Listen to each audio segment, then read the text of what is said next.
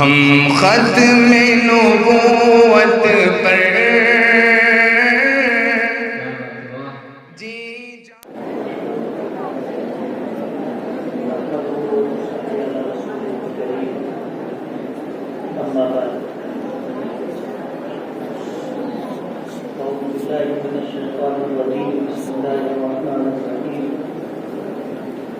إنا نحن نزلنا الذكر وإنا له لحافظون صدق اللہ العظیم۔ صدر محترم، علماء کرام، حفاظ اعظام، اس مجلس میں شریک بزرگوں اور دوستوں، کسی شاعر نے کہا ہے اپنی تحریک کے شعلوں کو بجھا مت دینا، اپنی تحریک کے شعلوں کو بجھا مت دینا، یہ امانت ہے شہیدوں کی گواہ مت دینا۔ صبح صادق میں بہت دیر نہیں ہے لیکن، صبح صادق میں بہت دیر نہیں ہے لیکن اپنے اجلت میں چراغوں کو بجھا مت دینا۔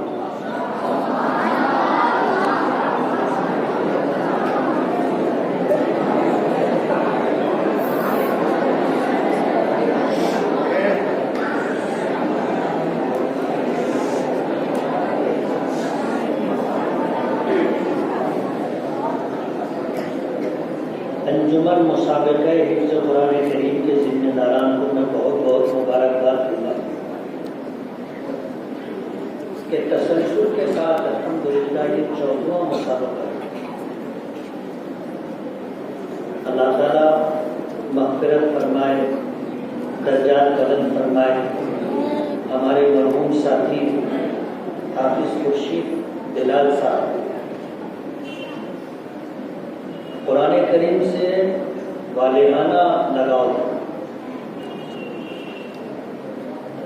اور یوں کہنا چاہیے کہ حفظ قرآن پاک میں اللہ تعالیٰ نے انہیں جو درد عطا کیا تھا اور قرآن کریم سے جو شغف، قرآن کریم سے جو محبت تھی، انہوں نے اپنے رفقا کو ساتھ میں لے کر کے سب کے باہمی مشورے سے مسابقہ حفظ قرآن کریم کا آغاز کیا۔ مسابقہ عربی زبان کا لفظ ہے۔ مسابقہ کے معنی آتے ہیں کہ کسی کام کے کرنے میں دوسروں سے آگے بڑھنے کی کوشش کرنا، جدوجہد کرنا۔ ایک جملے میں کہہ سکتے ہیں کہ سبقت لے جانے کی کوشش کرنا۔ قرآن کریم کے تعلق سے جو یہ پروگرام انہوں نے ترتیب دیا تھا، اس کا مقصد صرف اور صرف یہ تھا کہ ہمارے بچوں میں حفظ قرآن پاک کا شوق پیدا ہو اور حفظ کرنے کے ساتھ ساتھ قرآن کریم کے حفظ پر عبور حاصل ہو جائے۔ 3 پرا انہوں نے ترتیب دی تھی کہ پہلی پرا پہلے پارے سے لے کر کے 10ویں پارے تک، دوسری پرا پہلے پارے سے لے کر کے 20ویں پارے تک، اور تیسری پرا پہلے پارے سے لے کر کے 30ویں پارے تک، یعنی مکمل قرآن کریم کی پرا۔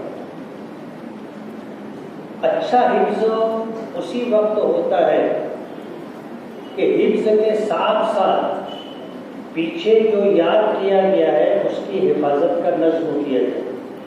ہم نے دیکھا ہے کہ وہ مکاتب قرآنیہ اور وہ حفظ کی کلاسیں جو بڑے بڑے مدارس میں ہوتی ہیں، ان میں جہاں اس بات کا نظم ہوتا ہے کہ سبق کا پارہ سننے کے ساتھ ساتھ جب 5 پارے مکمل ہو گئے تو اب 6 پارے کا آغاز اسی وقت ہوگا جب تک یہ 5 پارے ایک نشست میں وہ بچہ سنا نہ لے۔ جب یہ 5 پارے تو مکمل ہوئے، حفظ کے اعتبار سے اتنے پختہ ہو گئے کہ اب یہ ایک نشست میں سنا لیا، اب 6 پارے سے سبق کی شروعات ہو۔ 10 پارے ہو گئے تو پورا 10 پارہ سننے کا اہتمام۔ یہ 5-5 پارے کا جو سلسلہ بنا کر کے جن مدرسوں میں چلتے ہیں، وہاں کے جو بچے حافظ ہوتے ہیں وہ انتہائی الحمدللہ مضبوط حافظ ہوتے ہیں، اور حفظ کے زمانے میں جو محنت ہو جاتی ہے وہی محنت آخر تک کام آتی ہے۔ شیخ سعدی نے کہا ہے نا کہ خشت اول جو نہت معمار کج تا سریا میر اول دیوار کج، کہ دیوار کی تعمیر کے موقع پر پہلی اینٹ جو رکھی جاتی ہے، آپ نے دیکھا ہوگا مال ڈالنے کے بعد پہلی اینٹ رکھ کر کے اس کو لمبا لگا کر کے دیکھتے ہیں، گنیاں لگا کر کے دیکھتے ہیں، اور اس کے بعد اچھی طرح ٹھیک کر لینے کے بعد پھر اس کے اوپر دیوار کی تعمیر ہوتی ہے۔ پہلی اینٹ بالکل سیدھی ہونا چاہیے، اور اگر پہلی اینٹ ٹیڑھی ہو گئی تو اس کے اوپر دیوار تم سورج ستارے تک بھی لے جاؤ گے تو وہ ٹیڑھی رہے گی، سیدھی نہیں ہوگی۔ جو بچے حافظ ہیں یا اسٹیج پر آزو بازو میں ہمارے جو ساتھی حفاظ کرام بیٹھے ہیں، انہیں اس بات کا تجربہ ہے، اور وہ لوگ میری اس بات کی تائید کریں گے کہ زمانے طالب علمی میں اگر قرآن کریم پختہ یاد ہو گیا تو اخیر زندگی تک پختہ رہ جائے۔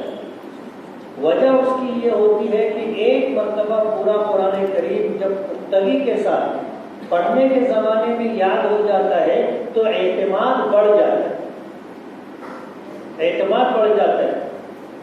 اب جو زمانے طالب علم میں 5 پارہ 10 پارہ 15 پارہ 20 پارہ 25 پارہ 30 پارہ ایک نشست میں سنا لیتا ہو تو ساری زندگی اس کے لیے تراویح میں پارہ 1.5 پارہ سنانا کوئی بات نہیں رہتی، اس کے لیے بہت معمولی بات ہے۔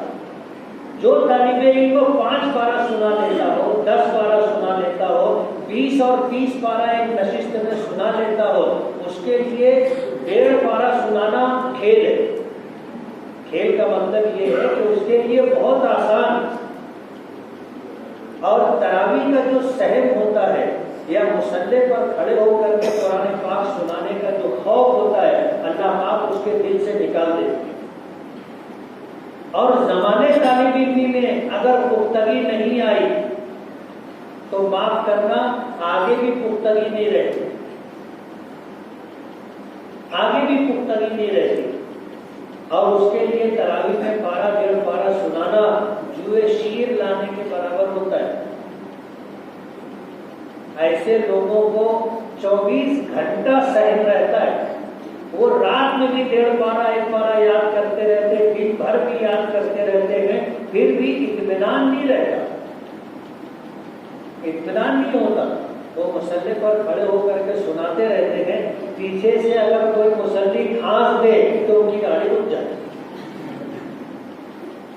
ان کو اعتماد اور اطمینان نہیں رہتا۔ پیچھے کسی کے کھانسنے سے ان کو لگتا ہے کہ مجھ سے کچھ غلطی ہو گئی، ان کی گاڑی رک جاتی ہے، پھر پیچھے سے کوئی لقمہ نہیں آیا تو پھر گاڑی چلے۔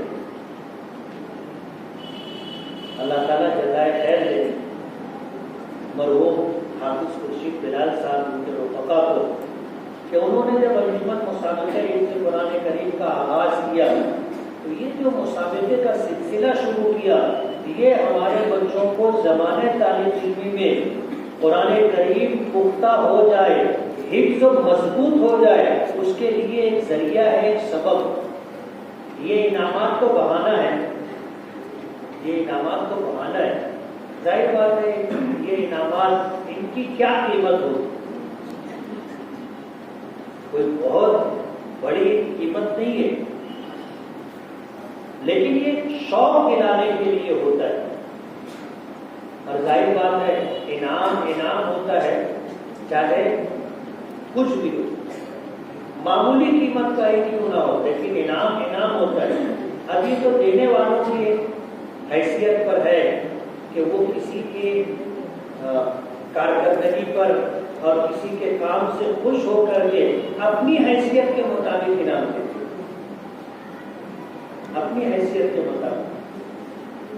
سکندر بادشاہ کا ایک واقعہ میں سنایا کرتا ہوں کہ اس کے دربار میں کوئی شخص آیا، اس نے اپنے فن کا مظاہرہ کیا، سکندر بہت متاثر ہوا، خوش ہو کر کے کہنے لگا کہ مانگ کیا مانگتا ہے؟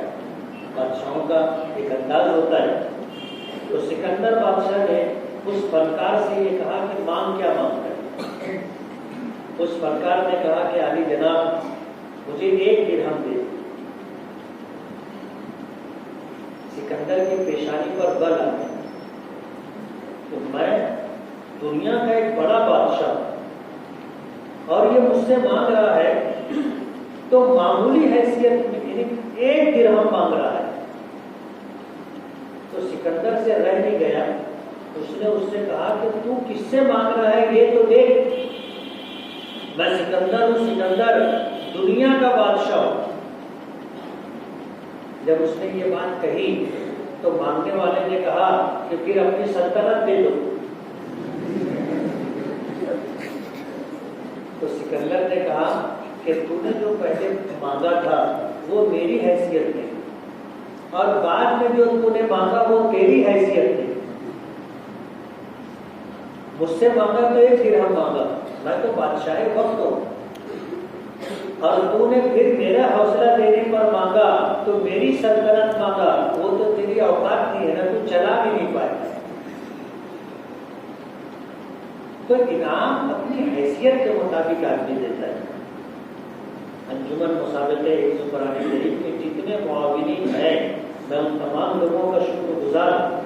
قرآن کریم کی نسبت سے، قرآن کریم کی محبت میں انہوں نے جو بھی تعاون دیا اس تعاون کو لے کر کے بچوں کی حوصلہ افزائی کے لیے یہ انعام دیا جائے.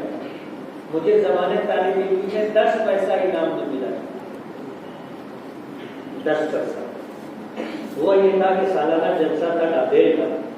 حضرت مولانا سید اسعد مدنی نور اللہ مرکزہ تشریف لائے ہوئے تھے. میں نے کبھی کسی مسابقے میں شرکت نہیں کی، نہ تقریری مسابقے میں نہ اور کسی مسابقے میں. ہمارے استاد تھے ہے الحمدللہ، اللہ اردو میں برکت عطا فرمائے، مولانا فضل الرحمان اعظمی صاحب. انہوں نے حضرت محترم صاحب کی حکم پر ایک تقریر تیار کی تھی اور ایک طالب علموں کو دی تھی کہ یہ تقریر مجھے جلسے میں کرنا. اب کل صبح جلسہ ہونا ہے، رات میں ان تمام طلبا کو جن کے ذمے پروگرام میں کچھ نہ کچھ کام تھا ان کو بلا کر کے جلسے کی تیاری شروع کی. اور اس طالب علموں کو جس کو حضرت محترم صاحب کے حکموں پر ایک تقریر تیار کر کے دی گئی تھی، جب اس کی تقریر سنی گئی تو اس کو تقریر یاد نہیں تھی اور اس کو مہینہ 1.5 مہینہ پہلے دیا. محترم صاحب بہت ناراض ہوئے اور ناراض ہو کر کے کہنے لگے کہ مہینے 1.5 مہینے میں اس نے تقریر یاد نہیں. مولانا فضل الرحمان صاحب سے ناراضگی کا اظہار کیا تو مولانا نے فرمایا کہ حضرت تقریر کل ہو جائے. کہنے لگے کیسے ہو جائے گی؟ تو میرا بلانا ہوا، میں سو رہا تھا. اور داخل کا جو نظام ہے وہ نظام ایسا ہے کہ اگر محترم صاحب کی طرف سے بلانا ہو تو طلبا کو پسینہ چھوٹ جاتا ہے کہ کیا ہوگا پتہ ہے. میں بھی سنتے ہوئے جا رہا تھا کہ اس میں کون سی غلطی ہو گئی کہ اپنا جو ہے بلانا ہے. جب میں وہاں پر گیا تو محترم صاحب نے دیکھا اور پھر مولانا فضل الرحمان صاحب نے میری طرف وہ 3 صفحہ بڑھایا اور کہا کہ بیٹے کل یہ تقریر صبح کرنی. تو میں نے وہیں بیٹھے ہوئے سرسری طور پر دیکھنے کے بعد کہا کہ ٹھیک ہے. محترم صاحب فرمانے لگے کہ یہ مالے نامی کی کبھی تو میں نے آواز نہیں سنی، یہ 1.5 مہینے میں تقریر یاد نہیں کر سکا، یہ صبح تقریر کیسے کرے گا. میں خاموش تھا، لیکن مولانا فضل الرحمان صاحب نے میری تربیت کی. ان کا انداز یہ تھا کہ مجھے مطالعے کے لیے کتاب دیتے تھے اور میں اس کتاب کو پڑھتا تھا اور پھر کتاب ان کو واپس کر دیا تھا. یہ خارجی مطالعہ ہوا تھا. پہلی مرتبہ جب انہوں نے مجھے کتاب دی اور یہ کہا کہ بیٹا اس کو پڑھ، تو میں وہ کتاب لے کر کے آیا، پڑھ لیا. پڑھنے کے بعد واپس کیا. انہوں نے لے کر کے کتاب رکھ لی اور مجھ سے پوچھا کہ پڑھا ہے؟ میں نے کہا ہاں. تو پوچھا کیا پڑھا ہے؟ اب مجھے اندازہ نہیں تھا کہ پڑھنے کے بعد مجھے بتانا بھی پڑے گا کہ میں نے تو تھوڑی دیر میں خاموش رہا، پھر اپنے ذہن کو ٹٹول کر کے جو کچھ باتیں یاد تھی وہ میں نے کہی.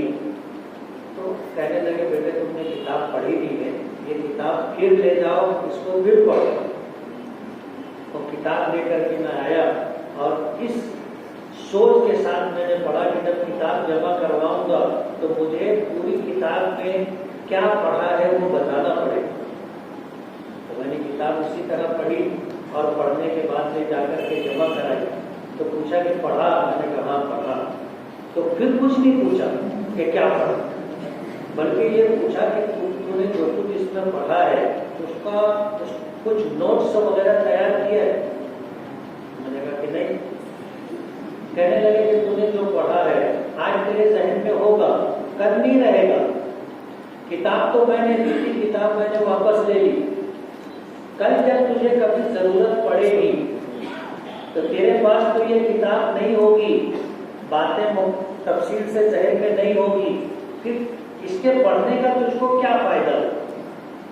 پھر کتاب اس کو دی اور کہا کہ اس کو لے جاؤ، پھر سے پڑھو اور اس کا نوٹس تیار. تو انہوں نے میری اس انداز میں تربیت کی. انہوں نے مجھے تقریر دی اور کہا کہ صبح کرنا ہے. میں نے کہا جی حضرت. پھر میں نے وہی دیکھی اور دیکھنے کے بعد کہا کہ حضرت میں لفظ بلفظ تقریر نہیں کر سکوں، لیکن یہ تقریر کر دوں گا. بولے بس کل تقریر ہونا چاہیے. تو میں نے دوسرے دن جب تقریر کی تو جو اس میں مضامین میں جو باتیں تھی وہ بھی میں نے کہی اور جو میرے ذہن میں تھا وہ بھی میں نے کہی. تو محتمم صاحب بہت خوش تھے. ان کے ہاتھ میں رولیکس سے گھڑی تھی جس کی قیمت آج 2.5 لاکھ روپے. محتمم صاحب نے اسی وقت گھڑی ہاتھ سے اتار کر کے مجھ کو تحفے کے طور پر دی. میں آ کر کے اپنی جگہ بیٹھ گیا. مجھے نہیں معلوم تھا کہ یہ گھڑی اتنی قیمتی ہو. بیٹھ گیا. پھر ایک اعلان ہوا کہ بھائی کسی کی طرف سے انعام آیا ہے اور انعام ہوتا ہے. یہ تو دینے والے کی حیثیت ہوتی ہے کہ وہ جس حیثیت کا ہوتا ہے اس حیثیت کا انعام دیا جاتا ہے. حضرت محتمم صاحب نے رولیکس سے گھڑی دی ہے، رولیکس سے گھڑی دی ہے، لیکن کسی خیر خواہ نے 10 پیسہ بھی انعام کے طور پر بھیجا ہے. محتمم صاحب نے گھڑی دی اور جس نے انعام دیا اس نے کم سے کم اعتراف تو کیا، اعتراف کیا کہ ہاں یہ جو کارنامہ ہے یہ انعام کا مستحق ہے، لیکن اس کی حیثیت 10 پیسہ دینے کی تھی، اس نے 10 پیسہ دیا. حالانکہ کسی نے 10 پیسہ دے کر کے مذاق اڑانے کی کوشش کی تھی، لیکن جو ناظرین تھے انہوں نے اس کو اس انداز کے اندر پیش کیا. تو یہ نہیں دیکھا جاتا کہ انعام کی مالیت یا قیمت کیا ہے، بلکہ دیکھا یہ جاتا ہے کہ ہماری کوششوں کی سراہنا کی گئی اور متاثر ہو کر کے اعتراف کے ساتھ انعام دیا جائے. اس لیے جتنے طلباء نے اس میں شرکت کی ہے میں سب کو بہت بہت مبارکباد دوں گا کہ مسابقے قرآن کریم کا جو مقصد ہے وہ کچھ اور ہے. وہ مقصد انعام لینا نہیں ہے. یہ انعام تو نصیب سے ملتا ہے. نصیب سے سمجھے، نصیب کا مطلب یہ ہے کہ جس کا نصیب چلتا ہے اس کو جو یاد ہوتا ہے ممتحن اس سے وہی پوچھ لیتے، اس سے وہی پوچھ لیے، وہ اس نے سنا دیا. اور ایک وہ ہوتا ہے جس کا نصیب نہیں چلتا کہ اس کو جو یاد نہیں ہوتا ممتحن اتفاق سے وہی پوچھ لیتا ہے. اب یہ تو ممتحن کو بھی نہیں معلوم ہوتا کہ اس کو کیا یاد ہے کیا یاد نہیں ہے، لیکن اس نے پوچھا، اس کا نصیب چل رہا تھا، اس کو جو یاد تھا وہی پوچھ لیا تو اس نے سنا دیا. اور جس کو سب بہت کچھ یاد تھا لیکن جو نہیں یاد تھا ممتحن نے وہی پوچھ لیا، اب وہ نہیں پڑھ سکا تو اس کو انعام نہیں ملا. تو یہ جو انعام دیا جا رہا ہے ظاہری، یہ حقیقی انعام نہیں ہے. حقیقی انعام تو یہ ہے کہ آپ نے اس مسابقے میں شرکت کے لیے جو تیاری کی تھی اور قرآن کریم کو جو یاد کیا تھا، آج وہ آپ کے دل و دماغ میں ہے، یہ حقیقی انعام، اور انشاءاللہ یہ آپ کے پاس زندگی بھر رہے گا انشاءاللہ۔ باقی یہ انعام تو فانی انعام ہے، ختم ہو جائے گا، ختم ہو جائے گا۔ بہت ممکن ہے آپ بھول بھی جاؤ کہ مجھ کو کبھی انعام ملا۔ حقیقی انعام یہ ہے کہ اللہ ہمیں اپنی کتاب کے حفظ کی سعادت اور دولت عطا کی،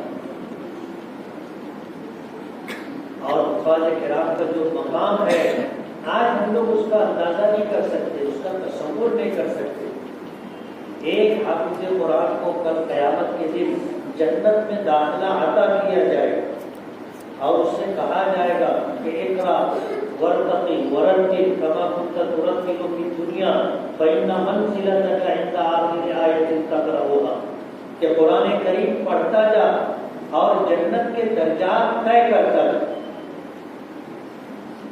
حافظ قرآن کریم پڑھنا شروع کرے گا، اللہ مدد فرمائیں گے اور وہ الحمد سے شروع کرے گا، والناس تک پڑھتا جائے گا اور جنت کے درجات طے کرتا جائے گا۔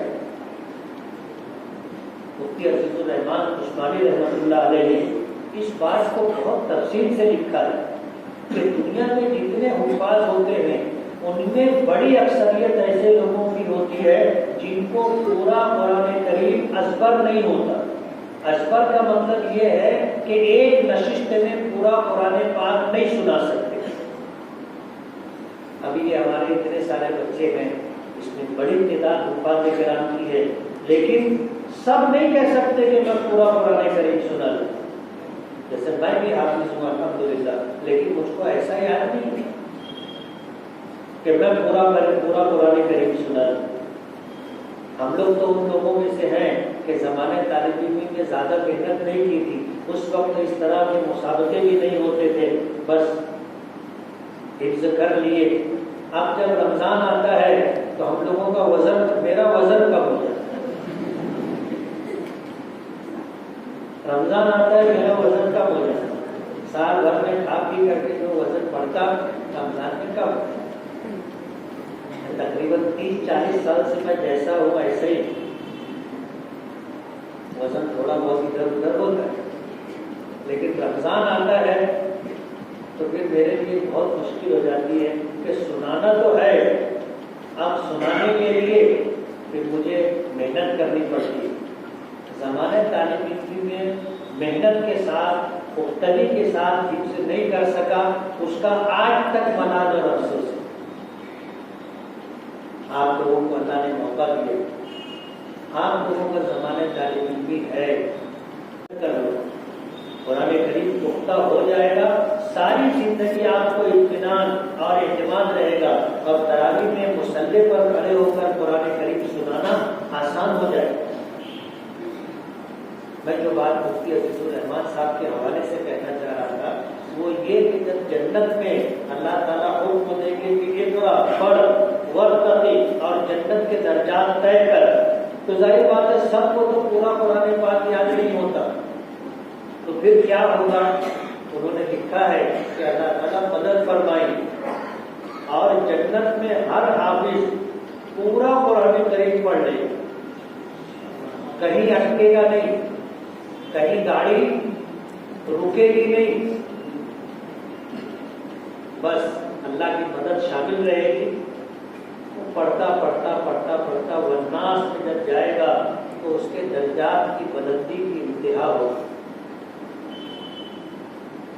اسی لیے حفظ قرآن پاک اللہ کی بہت بڑی نعمت ہے۔ اللہ تعالیٰ انجمن کے تمام ہی ذمہ داران کو اور ان کے احباب کو بہت بہت نوازے، جزائے خیر عطا فرمائے۔ اسی طرح ان تمام لوگوں کو جنہوں نے اس مسابقے کے انعقاد کے لیے دعویں، زیرتیں، صدقیں، سخنیں جس طرح کا بھی تعاون کیا ہو، اللہ تعالیٰ ان کے تعاون کو قبول فرمائے، انہیں بھی بہترین جزائے خیر عطا فرمائے۔ آج برے اول حافظ شعیب احمد ابن عبد الکریم مؤذن صاحب کے نام سے منسوب، آپ لوگ نہیں جانتے، یہ وہ لوگ تھے جنہوں نے ماضی میں قرآن کریم کی خدمت کی اور دنیا سے چلے گئے، آج اپنی قبروں میں آرام کر رہے ہوں گے، اور قرآن کریم کی خدمت کی وجہ سے، حفظ قرآن پاک کی وجہ سے اللہ تعالیٰ انہیں جو اجر و ثواب دے رہا ہوگا وہ یومیہ ان کو پہنچ رہا ہوگا۔ انہوں نے جو خدمت کی، انہوں نے جن لوگوں کو تیار کیا، حافظ قرآن بنایا، اور انہوں نے جن لوگوں کو حافظ قرآن بنایا، یہ جتنے لوگ پڑھیں گے سب کا اجر و ثواب اللہ پاک ان کو عطا کرے، کسی کے ثواب میں سے کمی نہیں ہوگی، لیکن ان کو اللہ پاک اجر دے گا۔ حدیث پاک میں آتا ہے کہ جب مثال ثواب کیا جاتا ہے یا کوئی شخص دنیا میں کوئی ایسا کار خیر کر کے گیا جسے ہم صدقہ جاریہ کہہ سکیں، ایسے لوگوں پر روزانہ ان کا اجر و ثواب خان میں سجا کر کے فرشتے قبر میں پیش کرتے ہیں، تو اس کے ارد گرد جتنی قبریں ہوتی ہیں، جتنے مرحوم مدفون ہوتے ہیں، وہ سب کے سب اس پر رشک کرتے ہیں کہ یہ کتنا خوش نصیب ہے کہ آج اپنی قبروں میں ہے لیکن روزانہ ثواب اس کے پاس آتا رہتا ہے۔ اس لیے یہ بہت بڑی سعادت کی بات ہے۔ آج ہمارے اسٹیٹ پر حافظ عبد الرشید صاحب نے ہے جن کا احساس کیا گیا، 50 سال سے قرآن کریم کی خدمت ہے۔ تو کسی نے کہا ہے کہ یہ دن دو دن کی بات نہیں، یہ نصف صدی کا قصہ ہے، چند سالوں کی خدمت نہیں ہے، 50 سال سے قرآن کریم کی خدمت کر رہے ہیں۔ نہ جانے کتنے بچے ان کے پاس حافظ ہوئے۔ ابھی جو ہے قاری رضوان صاحب نے بتایا کہ میں نے حفظ کیا، پھر میرے بیٹے نے حفظ کیا، اور پھر جو ہے یہ سلسلہ اور آگے بڑھا۔ بڑی بات، ایک سے دوسری نسل تک، تیسری نسل تک یہ سلسلہ دراز، 50 سال کم نہیں ہوتے، نصف صدی کی بات ہے۔ آج ان کا اعزاز کیا، اللہ تعالیٰ اس خدمت کو قبول کروائے اور دارائن میں اس کو جو ہے عزت و سربلندی کا، سرفرازی کا اللہ تعالیٰ ذریعہ بنائے۔ جن جن لوگوں نے اس پروگرام کی کامیابی کے لیے کوششیں کی ہیں، اللہ انہیں بہترین سے خیر عطا فرمائے۔ دوسری فرحت حافظ محمد اسحاق ابن عبد الرحمان کے نام سے منسوب ہے، یہ بھی پرانے آدمی، آپ لوگوں کو پتہ نہیں۔ میں نے اپنے پڑوس کی مسجد رحمانی مسجد میں جب نماز کے لیے جاتا تھا ان کو قرآن کریم پڑھتا ہوا پاتا، یادداشت کمزور تھی، قرآن کریم یاد نہیں رہتا تھا، تو بڑھاپے تک ان کا یہ معمول تھا کہ جس طرح حفظ یاد کرنے کے موقع پر ہم لوگ ایک سامنے بیٹھ کر کے قرآن کریم سامنے رکھ کر کے ہل ہل کر کے جھوم جھوم کر کے یاد کرتے ہیں، اسی طرح میں نے ان کو دیکھا ہے کہ اخیر عمر تک وہ قرآن کریم اسی طرح پڑھتے ہیں۔ رحمانی مسجد کے ان لوگوں میں سے تھے جن کو ہم کہہ سکتے ہیں کہ یہ مسجد کے کھوٹے، جن کا زیادہ وقت مسجد میں گزرتا ہے، ان لوگوں میں سے حافظ محمد اسحاق صاحب۔ تیسری برا ہمارے مرحوم ساتھی حافظ خورشید احمد محمد مصطفیٰ کے نام سے، جنہوں نے انجمن مسابقہ حفظ قرآن کریم کو ترتیب دیا تھا اپنے رفقا کو ساتھ میں لے کر کے، اور یہ 14واں مسابقہ ہے۔ اپنی زندگی کے آخری دن تک قرآن کریم پڑھتے رہے اور قرآن کریم سنانے کا معمول رکھا۔ دعا کیا کرتے تھے کہ جس دن میں رمضان میں قرآن کریم تراویح میں نہ سنا سکوں اس دن مجھے اٹھا لینا، یہ دعا کرتے تھے۔ اور ہوا بھی ایسا ہی، جب سے حافظ ہوئے تھے تراویح پابندی کے ساتھ سنایا کرتے تھے، اور جب ایک دن کا نعرہ ہوا دوسرے دن ان کا انتقال ہوا۔ یہ عند اللہ مقبول ہونے کی علامت کہ جو دعا مانگی تھی اللہ نے وہ دعا قبول فرمائی۔ بہت زیادہ بیمار نہیں تھے، قرآن کریم سنا رہے تھے، میرے خیال سے آدھے سے زیادہ سنا چکے تھے، 13 پارہ سنا چکے تھے، اور اس کے بعد طبیعت بگڑی اور ایک ہی دن میں سب کچھ ہو گیا۔ اللہ کی جوار رحمت سے چلے، آپ اندازہ کرو کہ دعا میں کتنا خلوص تھا کہ جب انہوں نے یہ دعا مانگی کہ اللہ جب تک مجھے زندگی دینا، قرآن کریم سنانے کی توفیق بھی دینا، اور جس دن میرا ناگا ہو اس دن مجھے اپنی جوار رحمت میں بلا لے۔ بیماری کی وجہ سے ایک دن یعنی ایک رات تراویح میں نہیں جا سکے، دوسرے دن ابتدا۔ اللہ تعالیٰ ان تمام مرحوم حفاظ کرام کو بہترین جزائے خیر عطا فرمائے، درجات بلند فرمائے۔ اللہ تعالیٰ اپنے خصوصی فضل و کرم میں اللہ تعالیٰ ان کو شامل حال فرمائے۔ میں پھر بہت بہت مبارکباد دوں گا انجمن مسابقے قرآن کریم کے تمام ممبران کو۔ اللہ تعالیٰ اس سلسلے کو دراز فرمائے اور یہ سلسلہ ہمیشہ چلتا رہے، بچوں کے لیے کارآمد اور مفید ہے۔ اللہ تعالیٰ ہم تمام کی کوششوں